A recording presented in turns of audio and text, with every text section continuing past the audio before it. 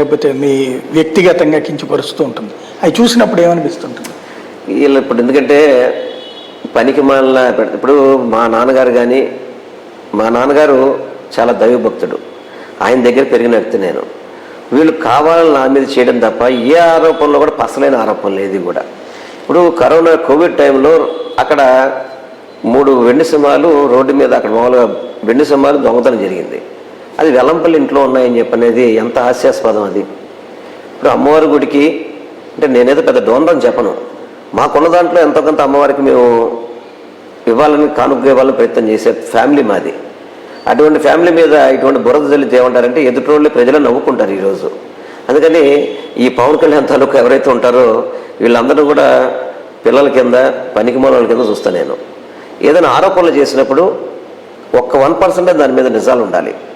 ఆ నిజాలు లేకుండా నేను మంత్రి చేశావు కాబట్టి దుర్గగుడిని కబ్జా చేశాడు, నేను మంత్రి చేశాను కాబట్టి ఆ గుళ్ళో తీసేశాడు, అది అటువంటి వంశమే నాది కాదు, దేవుణ్ణి నమ్ముకున్న వంశం అంతే తప్ప ఇటువంటి పిల్ల ఆరోపణలు చేసినప్పుడు కొంచెం బాధేస్తుంది.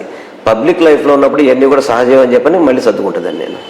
ఇవాళ వెల్లంపల్లి శ్రీనివాస్ అనేటువంటి వ్యక్తి నిజంగా అంటే రాజకీయాల నుండి సంపాదిస్తున్నారా, సంపాదించి రాజకీయాల్లోకి వచ్చారు? ఇప్పుడు నేను ఇది ఉంటున్న ఇల్లు దాదాపు 40 ఏళ్ళు పైన ఇల్లు కట్టిన ఇల్లే.